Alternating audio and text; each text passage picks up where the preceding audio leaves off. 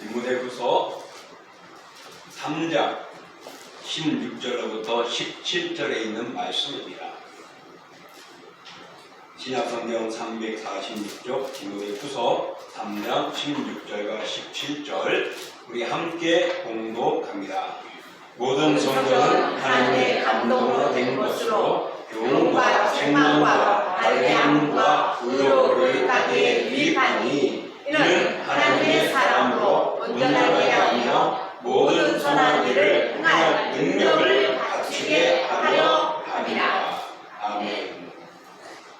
오늘 이 말씀을 통하여서 우리 금전표였죠. 정말 그 표대로 우리 말씀과 함께하는 공동체라는 제목을 가지고 우리가 함께 나눠보고자 합니다. 지금 우리 대한민국은 세계 속에서 위상이 되어지는 나라입니다. 작은 나라이죠. 그럼에도 불구하고 또 지금 각국 선진국에서 대한민국을 주시하고 있는 때이기도 합니다. 왜냐하면 윤석열 대통령의 계엄령 선포로 인해서 매우 어순해져 있습니다. 여야 간의 대립과 함께 또 여야를 지지하는 국민들의 함성 소리도 엄청났습니다. 어제 광화문은 정말 위기 속의 모습이었다 볼 수도 있었고 또 여의도 국회도 역시 위기 속에 있었다라고도 봅니다. 야당이 탄핵을 주도하였으나 종족수 미달로 부결이 되어진 모습을 우리 볼 수 있습니다. 지금 저는 정치에 관한 논박을 하고 싶지는 않습니다. 저 자신도 어느 당을 지지는 하지만은 그 당을 이 자리에서 말하는 것은 마땅치 않고 여러분도 역시 개인적으로는 서로 논할 수 있어도 그런 것으로 교회가 어수선해지지 않았으면 좋겠습니다. 교회 안에는 전라도, 경상도, 충청도, 또 경기도, 강원도 다 있습니다. 제주도는 모르겠어요. 없는 것 같은데 어쨌든 이렇게 있는데 내가 누구 편이다 하면은 한편에는 또 적이 되거든요. 교회는 서로 사랑이거든요. 그렇기 때문에 저는 여기까지 온 것에 대해서 정말 잘못을 따지기보다는 왜 이렇게 되어졌는지, 왜 여기까지 왔는지 정말 책임 공방보다는 남에게보다 나에게, 우리에게 무엇이 문제였는가를 살폈으면 좋겠습니다. 너 때문이야라고 말하니까 지금도 하나가 못 되는 것이고, 내가 이랬었구나 할 때는 하나가 될 수 있다라는 것이죠. 여야가 꼭 반대만 해야 되느냐? 그건 아니라고 봅니다. 반려라는 단어가 뭡니까? 함께 가는 거고 공동인데 지금 국회는 극과 극이 되어져 버리고 이로 인하여 대한민국의 모든 사람이 그렇게 되어버리고 있다라는 거는 이거는 한마디로 대한민국 정치가 선진국이 아니고 후진국에 있다라고 볼 수밖에 없습니다. 아무리 싸워도 저 선진국들은요 칭찬해 줍니다. 그리고 거기는 여기 조금 모자라서 이렇게 하면 얼마나 좋을까? 어드바이스를 해줍니다. 무조건 아니야, 잘못이야, 그렇게 말하면 이렇게 될 수 있어 다져가면서 나가는 이 모습은 오늘 우리 국회를 통하여서 대한민국 사람들, 어린아이들까지도 그렇게 판단하게 만들고 있다는 것은 정말 저는 마음 아프다라고 볼 수밖에 없습니다. 그런 면에서 여러분 할 수만 있다면 우리 대한민국이 정말 책임을 공감하기를 원하고 또 안정되고 윤리와 도덕에 있어서 정말 부끄럽지 않았으면 좋겠다. 변화된 사람 아니고서는요 그 속에 더러움은 언젠가는 폭발하고 그 사악함은 드러나게 되어 있습니다. 주님의 역사가 변화되지 않으면 말입니다. 여기 서 있는 사람도 올바른 사람은 아닙니다. 저도 욱하는 성질도 있었거든요. 그래서 집사람하고 싸움이 나고 우리 아들에게 상처 줄 때도 있어요. 어저께 그랬던 것 같아요. 돌아보면 별거 아닌데도 그 순간을 참 못 참는 그런 모습들이 있단 말입니다. 그러나 공의는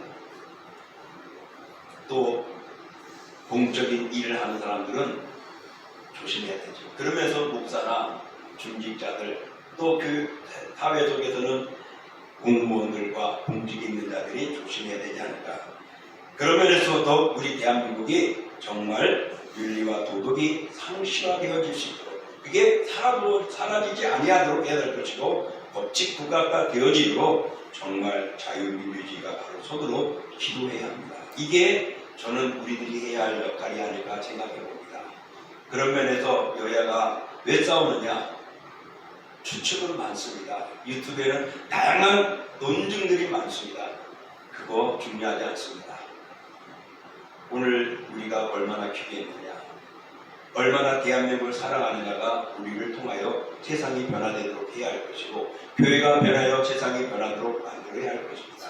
그런 면에서 여러분 기도하시고 나라 사랑하시고 더 대한민국이 바르게 설 수 있도록 여러분 관심과 기도 부탁을 드립니다.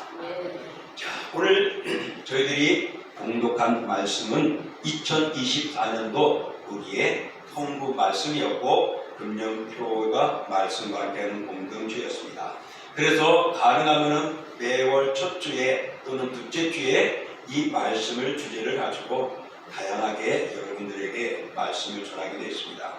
그 말씀을 오늘은 하나로 축약해서 이거는 이거다라고 한번 정리를 해보고 싶습니다. 우리가 읽은 말씀, 성경은 총 몇 권이죠? 66권. 구약은 39. 신약은 27. 신약은 27. 네, 39, 27. 최한 이거는 알아야 됩니다. 기독교인이라면. 처음 나온 사람은 몰라도 들어요. 내가 크리스찬이라고 말할 수 있는 최한 성경은 66권, 구약은 39권, 신약은 27권. 39, 27. 요 내용은 꼭 알아두셔야 됩니다. 지금 우리가 가지고 있는 성경이 원본과 똑같으냐? 저도 예스라고는 말은 못하겠어요. 왜냐하면 원본이 지금 없기 때문에. 모세가 받았던 말씀, 사도 바울이 기록했던 말씀, 사도들이 기록했던 말씀들은 다 지금 보관되어 있지 않습니다. 다만 이 말씀들이 기록된 모습들을 많은 서기들이 또 바리새인들이 기록하고 기록해서 전달되어 지금까지 오게 되어졌다라는 사실입니다. 그러던 성경이 1450년에 요한 구텐베르크의 인쇄기가 발명되면서부터 점점 성경은 많은 대중 앞에 오게 되어졌습니다. 과거에는 성경 하나, 예를 들면 이사야서 하려면 두루마기만 입다만 이렇게 쫙 써가지고 엄청나잖아요. 지금 이사야서 하면은 성경책으로 한 20장 정도밖에 안 돼요. 그 안에 66권이 64장인가요? 다 들어가 있어요. 그만큼 인쇄술이 발견되어지면서 보급화가 되어져가면서 오늘 여러분에게 있습니다. 우리가 가지고 있는 이 성경은 한글로 된 성경은 1877년에 로스 목사와 이용찬, 서상윤, 백홍준이라는 사람에 의해서 시작이 되어졌습니다. 그래서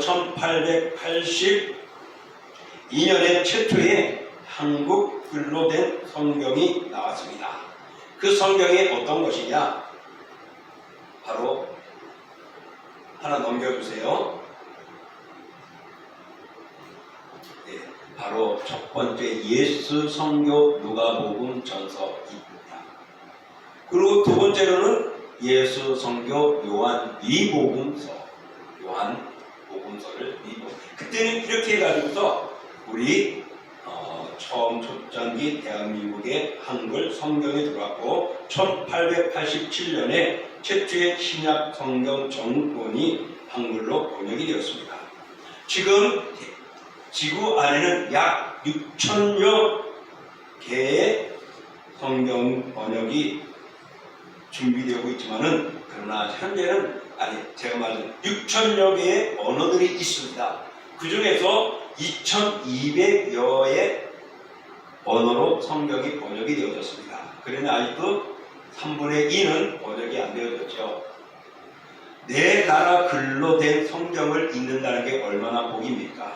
그런 면에서 우리 대한민국은 복된 나라입니다. 앞으로도 이런 자기 종족의 언어의 성경이 번역이 되도록 힘써야 할 것이고 우리는 노력을 해야 합니다. 거기에 협력해야 하고 후원해야 합니다.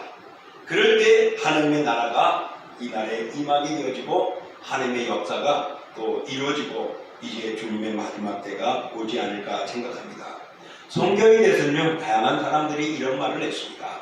첫 번째는 성경은 우리에게 이웃을 사랑하고 원수까지도 사랑하라고 말한다. 이웃과 원수는 같은 사랑인 경우가 허다하다라고 말합니다. 또 두 번째는 나는 성경에 내었고 내 양심은 하나님의 말씀에 포로가 되었다라고 말합니다.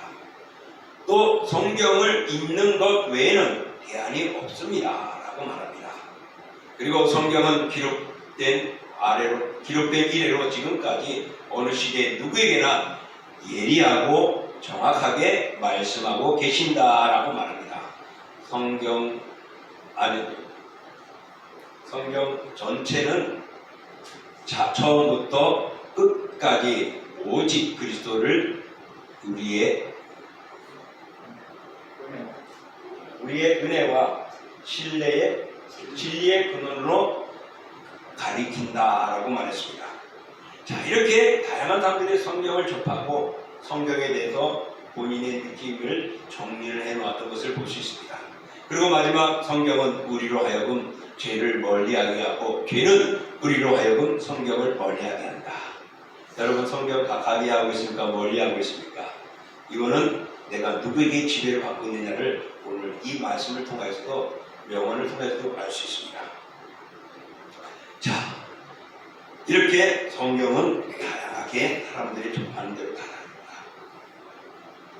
성경은 오래된 책이면서도 늘 새로운 책이기도 합니다. 보는 사람에게 각각 다른 감동과 교훈을 주고 바르게 행하게 하는 것이 오늘 성경이 우리에게 말씀해주고 있습니다.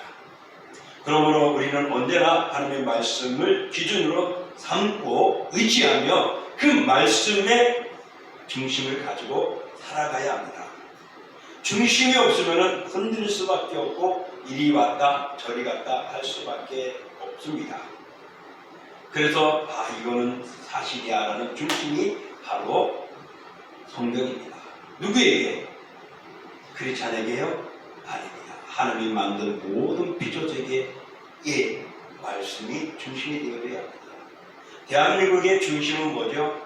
헌법입니다. 그 법으로 잘했냐 못했냐, 형벌이 있느냐 상급이 있느냐, 칭찬하느냐 책망하느냐 달렸죠. 마찬가지로 이 우주에 있는 모든 하나님의 피조물들은 하나님의 말씀을 통하여서 내가 바르게 가고 있느냐 그릇되게 하고 있느냐를 평가하고 기준이 되어지는 것입니다. 그러나 사탄은 우리를 어떻게 해요? 하늘을 멀게 하기 위해서 성경을 멀리하게 한다잖아요.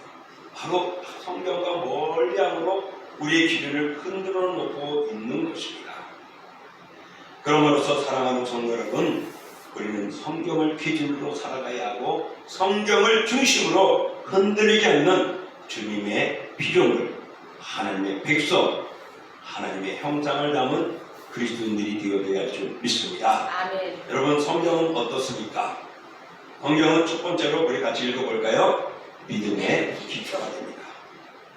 우리가 읽은 말씀 14절 보면은 사도 바울은 디모데에게 자신이 배운 것, 가르침을 받은 것을 가지고 굳게 서라, 머물라고 권면하고 있습니다.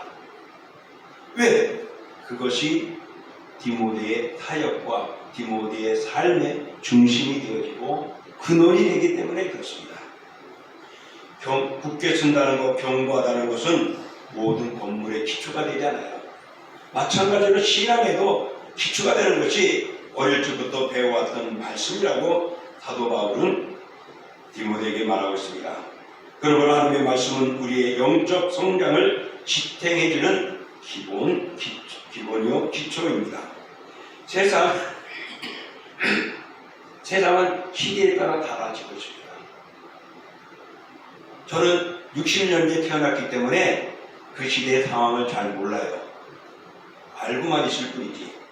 60년대는 독재다라고 이야기하는 대통령에 의해서 진행해왔다. 그런데 제가 볼 때는 그런 부정적인 모습도 있지만은 한편에 보면은요, 고속도로가 뚫리고 세계를 향하여 나가는 수출에도 일어서게 되는 경제가 일어섰다는 것을 볼 수가 있고, 7, 80년대는 어땠느냐? 젊은이들이 왕성해질 때였습니다. 그러면서 경제가 일어서게 되어졌고, 이제는 세계를 향하여서 당당해져 가기 시작했습니다. 그러면서 교회들이 부흥하기 시작한 때였습니다. 90년대는 어땠느냐? 많은 사람들이 이민을 가면서 한국을 점점 멀어지고 있는 모습들. 왜 그랬을까? 이념 싸움이 시작이 되었던 것이죠. 그동안에 눌려있던 것들이, 그러다가 지금 2000년대 와서 새로운 역사는 일어났습니다. 대한민국의 IT 산업이, 또 반도체들이, 이런 것들이 놀랍게 되어졌고, 그동안에 크게 인정받지 않는 자동차들이 세계적으로 수출되어져 가면서 대한민국은 왕성해졌습니다. 그런데 나라는 서로 싸우고 있습니다. 왜 그럴까요? 때마다 달라져요. 세상은 변하고 있다는 것입니다. 그러나 하나님의 말씀을 시대에 따라서 오늘은 이렇게 바꿔야 돼, 이렇게 달라져야 돼. 그랬나요? 변하는 거죠. 언제나 그 말씀은 동일합니다.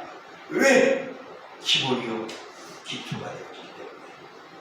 그러므로 여러분, 내가 흔들리면 다시금 말씀을 보십시오. 말씀이 오늘 나를 바로잡고 있음을 기억하십시오. 하나님은 변함없는 분입니다. 하나님의 사랑은 변함이 없습니다. 누가가 잘해주니까 오냐, 못해주니까 이러, 그러지 않습니다. 하나님의 공의에 따라서 우리를 심판하시는 분이십니다. 그 공의를 성경을 통하여 우리에게 분명하게 밝혀놓은 것입니다. 성경은 우리의 기초가 되어진다는 것을 기억하십시오. 두 번째로 성경은 무엇일까? 읽어볼까요? 시작. 변화의 힘. 예, 변화를 주는구나. 저 사람은 결코 안 돼. 저런 사람은 예수 믿을 수 없어. 그러니까 예수를 믿었어요. 저렇게 똑똑한 사람이 성경을 믿을까? 예, 내가 그동안에 미련했다고, 이 말씀 전이렇게 몰랐다고 박식한 사람들이 바뀌어지는 역사들도 일어났습니다. 성경에서도 정말 예수 그리스도를 믿는 자를 박해했던 사울이 예수님의 사람이 되어지는 바뀌는 일이 예수님을 만나고 난 후에 변화되어졌습니다. 성경은 변화를 시키는 힘이 있습니다. 그래서 시브리서 4장 12절에 이렇게 말씀하고 있습니다. 하늘의 말씀은 살아있고 활력 있어 좌우의 날선 어떤 것보다 예리하여魂과 영과 및 관절과 고슬을 질러 쪼개기까지 하며 또 마음의 생각과 뜻을 판단하나니 그랬습니다. 내가 잘못되어졌던 것, 내가 그릇되었던 것들은 하나님이 예리하게 꼭 찌르고 잘라내고 끊어냅니다. 상처인 것 같고 아픈 것 같지만 나를 하나님의 사람으로 바로 만들기 위한 하나님의 작업이었다는 사실입니다. 하나님의 말씀은 그래서 내가 삐뚤어졌던 것들을 다시금 돌아오게 만듭니다. 내가 잘못했던 생각들을 옳게 만듭니다. 그래서 나의 행동들이 바르게 서도록 내 마음의 모습이 아닌 하나님의 말씀대로 살아가도록 변화시켜주는 것입니다. 그래서 하나님의 말씀은 우리를 거듭나게 만들기도 하고 우리의 생각들을 바꿔놓고 부끄러웠던 모습들을 바르게 세워서 성결하고 정결하게 살아가도록 우리의 삶을, 우리의 생각을 바꾸는, 변화시키는 그런 것입니다. 또 세 번째로는 우리 같이 읽어볼까요? 시작. 모든 선하기를 위한 준비를 하십시오. 하나님의 말씀은 악하지 않습니다. 말씀대로 살면 선하게 되어 있습니다. 그래서 저는 의문이 가요. 대한민국의 저 국회에 있는 크리스찬들, 장로님, 본사님들도 계시는데 왜 그 당에만 들어가면은 참 옳든 그르든 간에 거기에 와 하느냐 말이에요. 이게 말씀의 만다고 생각해 볼 때 여당이 맞고 나하고 박수 쳐야 되고 야당이 맞고 나하고 박수를 쳐야 되는데 아니란 말이에요. 난 이해가 안 가요. 분명히 선거 유세할 때는 말씀대로 하라고 하는 말씀을 하겠다고 했던 그들이 그 자리에 딱 들었으면 달라져 있습니다. 하나님의 말씀은 선하기를 원하고 있습니다. 왜? 악과 싸우고 대기라는 것이 아니에요. 원래 하나님이 선한 거예요. 세상은 하나님이 선하게 돼 있어요. 그런데 그것을 욕심으로 사탄이 악하게 만든 것뿐입니다. 그리고 악한 길을 열어가게 만드는 거예요. 여기에 시험되니까 우리가 악해지는 것이지 우리는 악하지 않았어요. 그런데 악의 시험이 들고 넘어지니까 죄인이 되고 말았습니다. 그래서 죄인된 아담의 후손이 우리가 되어져서 태어날 때부터 우리가 죄인이 되었습니다. 하나님은 선하게 만든 것 같은 말입니다. 그래서 말씀은, 성경은 우리를 선하게 만듭니다. 말씀대로 살아가고자 하는 사람은요 선한 사람들이에요. 이렇게 귀한 성경은 더 가까이 해야 합니다.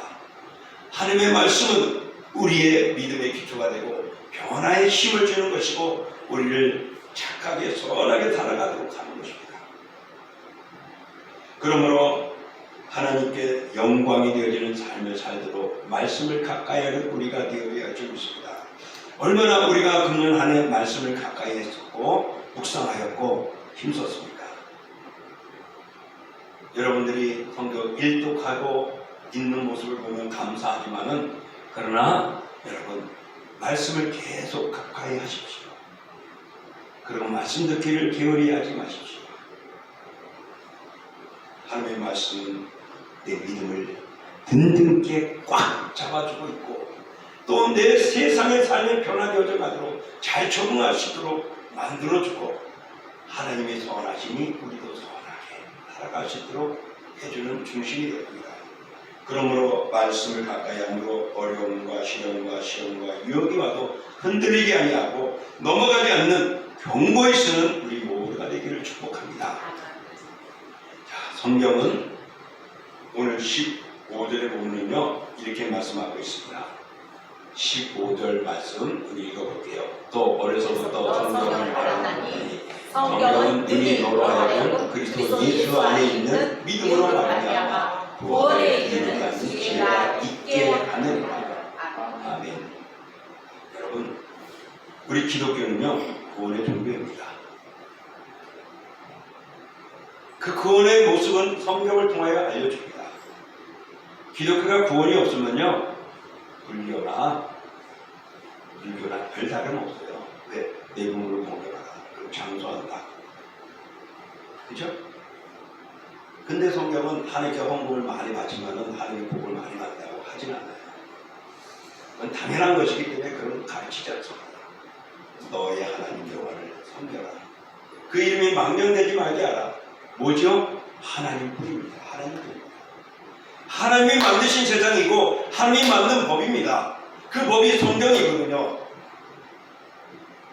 그 성경이 오늘 우리에게 말해주기를 그리스도 예수 안에 있는 믿음으로 말미암아 구원에 이르게 한다고 말씀하고 있습니다. 그 성경은 우리에게 주신 목적은 구원을 받게 하는 것입니다. 그것을 가르쳐주는 것입니다. 그런데 우리는 성경을 멋지게 인용하죠. 봐라, 너 그렇게 인도하면 안 돼. 이렇게 말씀하지 않았느냐. 봐라, 성경이 이러는데 너 저거 잘못되지 않느냐고 믿을 때가 있습니다. 물론 그렇게 해서 교훈하고 깨우치고 바르게 가야 할 중요함도 있지만 성경은 구원에 이르게 하는 것입니다. 이것이 성경에 우리에게 하나님이 주신 목적입니다.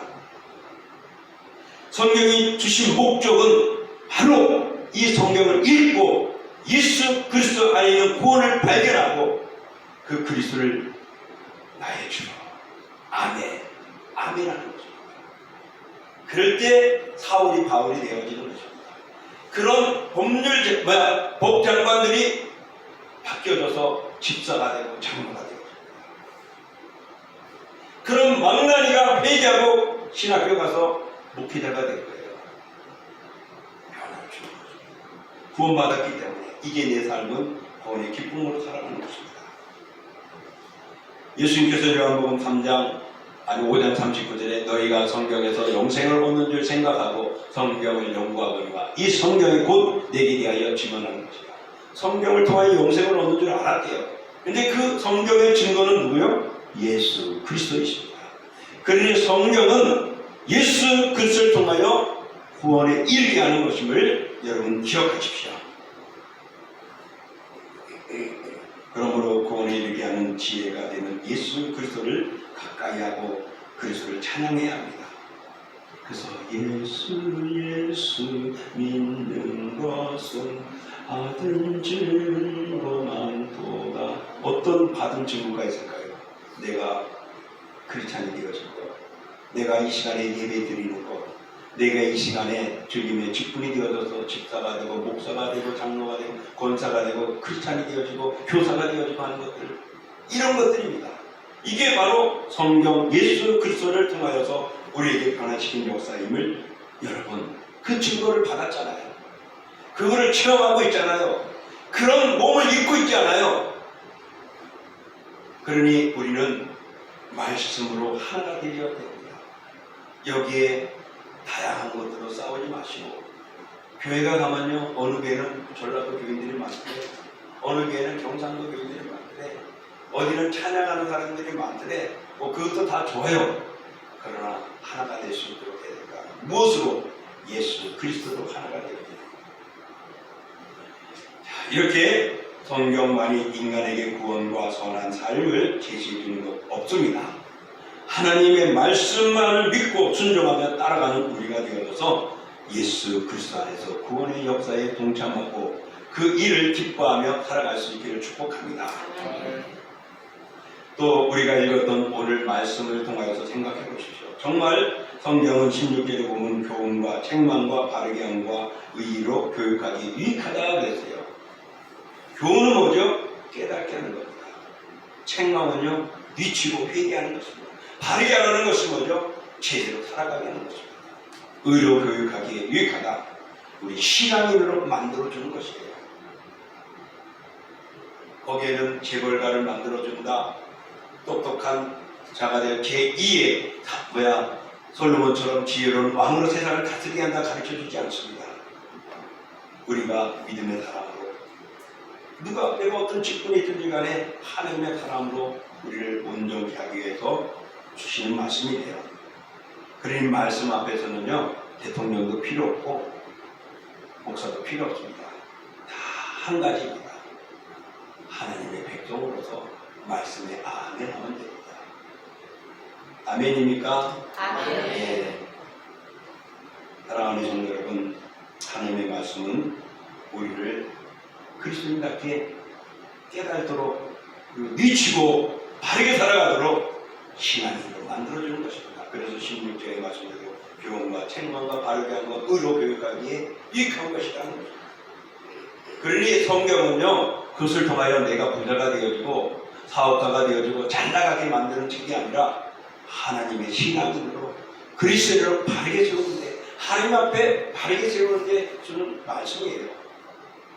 근데 이 말씀이 얼마나 귀중한지 지혜롭게 하기 때문에 사업장에서도 나를 능하게 만들고 어떤 일을 하는 데서도 잘 감당함으로 형통하게 만들어주고요, 또 다른 사람들에게 유익을 주기도 하고 그들의 마음을 사로잡아주기도 하고 위로해주기도 한단 말입니다. 그리스도인으로서 바르게 세워지는 이 말씀을 말입니다. 그러니 얼마나 귀중한 것입니다. 그러니 내가 바로 쓰면 세상이 변하는 게 없습니다. 크리스찬들의 정치인들이 잘하면 국회가 달라질 것입니다. 크리스찬들의 사업가들이 제대로 하면 세상은 아름다워질 것 같아요. 크리스찬들이 교통질서 잘 지키고 언어 막지게 사용하고 이웃을 사랑하면 서로 간에 아름다운 모습이 될 줄 믿습니다. 성경은 우리를 그리스도인답게 만들어주는 것입니다. 그리고 또한 17절에 오늘 우리가 읽었던 말씀의 17절은 이렇게 말하죠. 이는 하나님의 사람으로 온전하게 하며 모든 선한 일을 행할 능력을 갖추게 하려 함이라. 제가 앞서 말할 때 성경은 믿음의 기초이고, 두 번째는 변화를 시켜주는 힘이 있다고 했고, 세 번째는 뭐예요? 모든 선한 일을 할 수 있도록 하는 것이라고 했어요. 오늘 바로 이 17절 우리가 읽은 이는 하나님의 사람으로 온전하게 하며 모든 선한 일을 행할 능력을 갖추게 하려 합니다. 이 선함의 기준은 무엇일까요?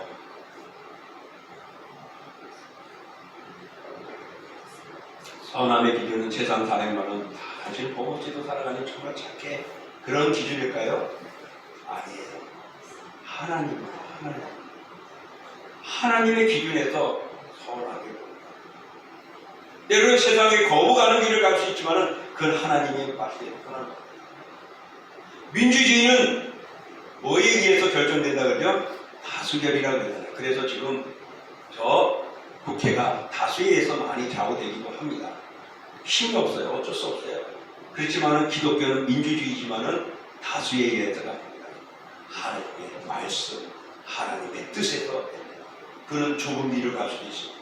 협착한 길을 갈 수 있습니다. 남들이 가지 않는 길을 가야 할 수도 있다는 것입니다. 높이 내려가는데 낮아지라고 말합니다. 부자가 되고 싶은데 베풀라고 말합니다. 나누자라고 말합니다. 어찌 이것이 세상이 말하는 선한 것이고 옳은 것입니다.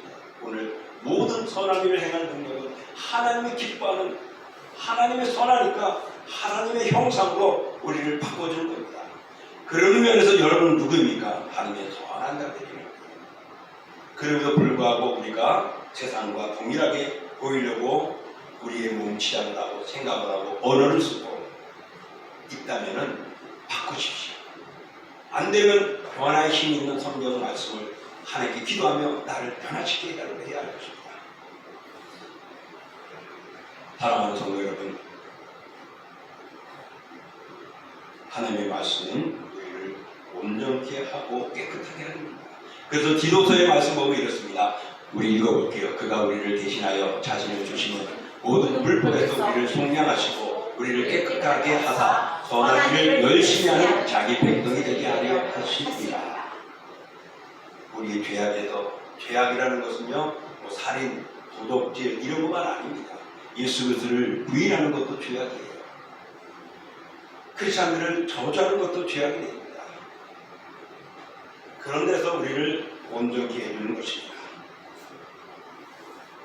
그럼으로써 하나님의 부르심을 받은 목적도 우리는 정말 선하게 살아가는 거예요. 그래서 우리는 목표가 뭐죠? 로마서에 보면 이렇게 말합니다. 하나님이 미리 하신 자들을 또한 그 아들의 형상을 본받게 하기 위하여 미리 정하였습니다. 예수님을 닮아가는 겁니다.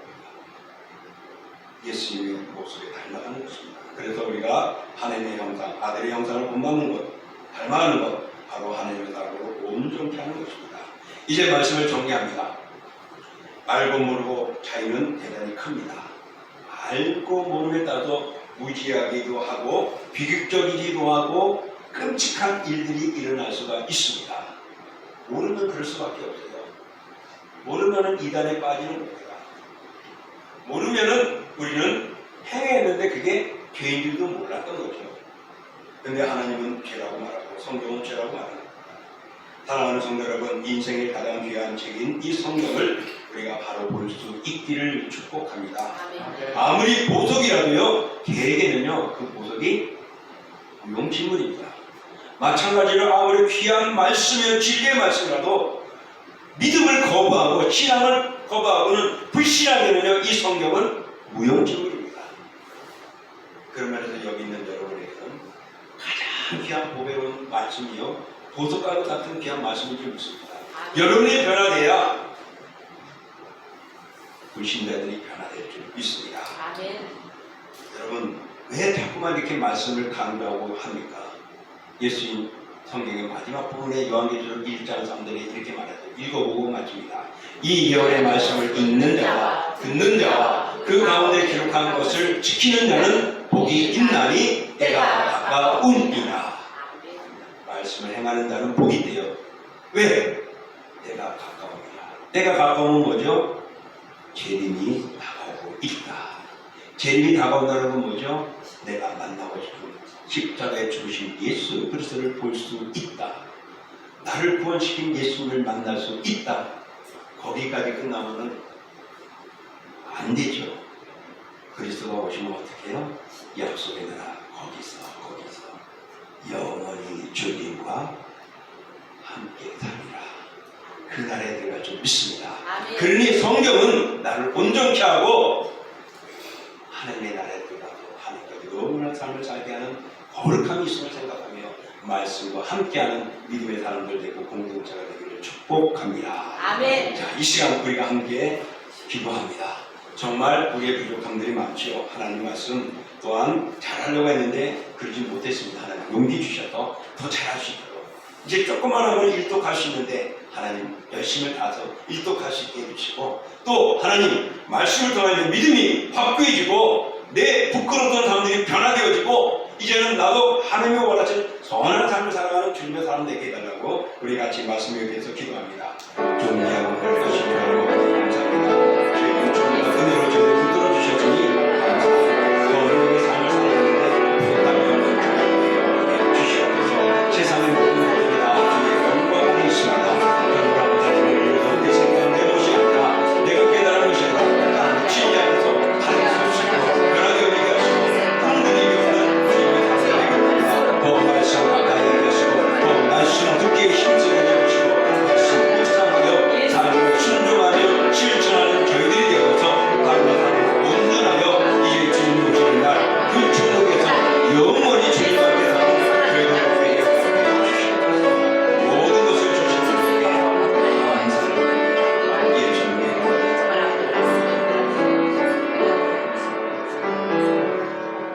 주님 감사합니다. 이제 주님의 때가 가까웠으니 우리에게 말씀을 읽고 듣고 지키라. 그게 복 있는 자다라고 말합니다. 세상의 복은 내가 건강한 것이고 내가 물질로 가득 채워지는 것이고 누릴 수 있는 것들을 내 주변에 가득히 있는 것이죠. 그리고 나를 방해하는 자가 없이 고치는 자가 없이 내 삶의 형통함이 행복이라고 말할 수 있겠죠. 그러나 하나님이 주시는 복은 이제 거기서 주님과 영원히 사는 나라입니다. 그 나라 가기까지는 성경에 기록된 예수 그리스도를 믿게 하고 구원받게 하여서 믿음으로 흔들리지 않고 온전한 사람이 되어 하나님의 선한 것을 이루도록 만드십니다. 그러므로 주여 말씀을 가까이 하게 하여 주옵소서. 2024년이 지나가면 끝이 아닙니다. 25년이 기다리고 있습니다. 이제 지금까지 읽은 것도 감사하지만 또 목표를 두고 준비하는 저희들 되게 하시고 말씀과 함께하는 믿음의 공동체 동신교회가 되게 하여 주옵소서. 예수님의 이름으로 축복하며 기도하옵나이다. 아멘. 자, 우리 찬양하겠습니다.